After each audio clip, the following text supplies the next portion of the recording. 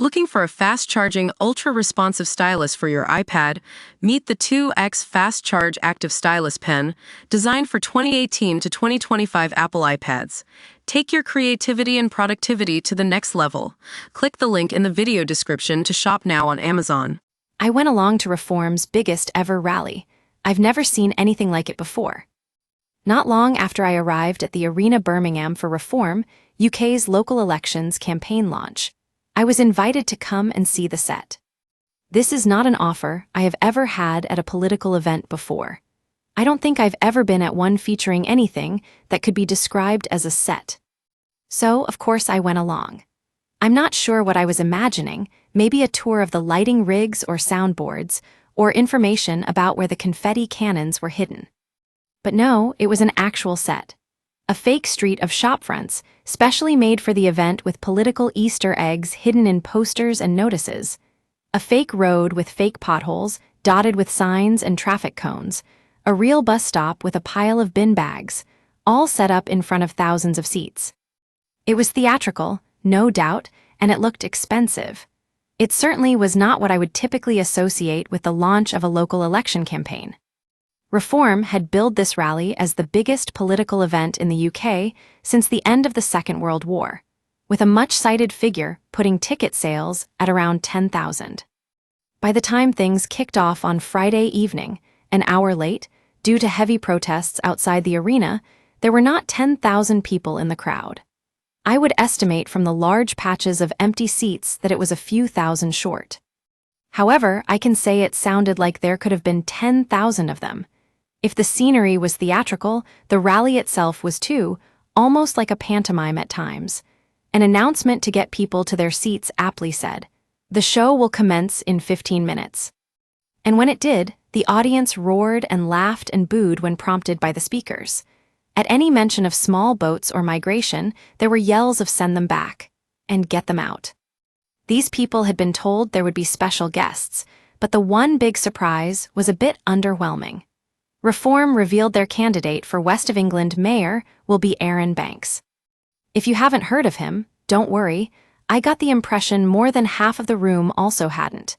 He's been described as the man who bankrolled Brexit, as the biggest financial supporter of the campaign to leave the EU. Banks might want to work on his communications strategy before cracking on with his campaign. He told the crowd he is about as popular in Bristol as a pork pie in a bar mitzvah, and explained his decision to run by saying, "When the boss Nigel Farage phones you and says you've got to do it, you've got to do it." Like at last year's party conference, Lee Anderson's speech was more of a stand-up routine. And like in that speech from last September, he also claimed dubiously that the UK had come up with more than 50% of inventions in the past 1,000 years. This time, though, he tried a new line.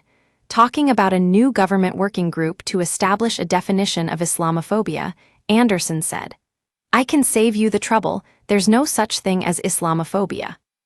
That could be news to Reform Chairman Zia Yusuf, who has spoken in the past about his experiences with anti-Muslim hate. At last, with the crowd beginning to look a little restless, people I spoke to beforehand had traveled from Gloucestershire and Liverpool and presumably were concerned about trains home. It was the turn of Farage. The leader rode to the stage on the side of a JCB excavator, donated by prominent Tory donor Lord Bamford, who previously paid for Boris Johnson's wedding. It was likely out of appreciation rather than obligation that he began with, essentially, a 2-minute ad for the business. He got plenty of whoops and applause, particularly for his line, "Everyone who comes illegally will be deported, full stop, end of story." The send them backers were thrilled, but despite that, due to the late hour, people were getting up to leave before he finished. By the big finale, which involved t-shirts being shot out of handheld cannons, some of the clothing was landing in sections of empty seats. I've never seen anything like this opulent event before. I'm not sure I'll see something like it again. Get in touch with our news team by emailing us at webnews@metro.co UK. For more stories like this, check our news page.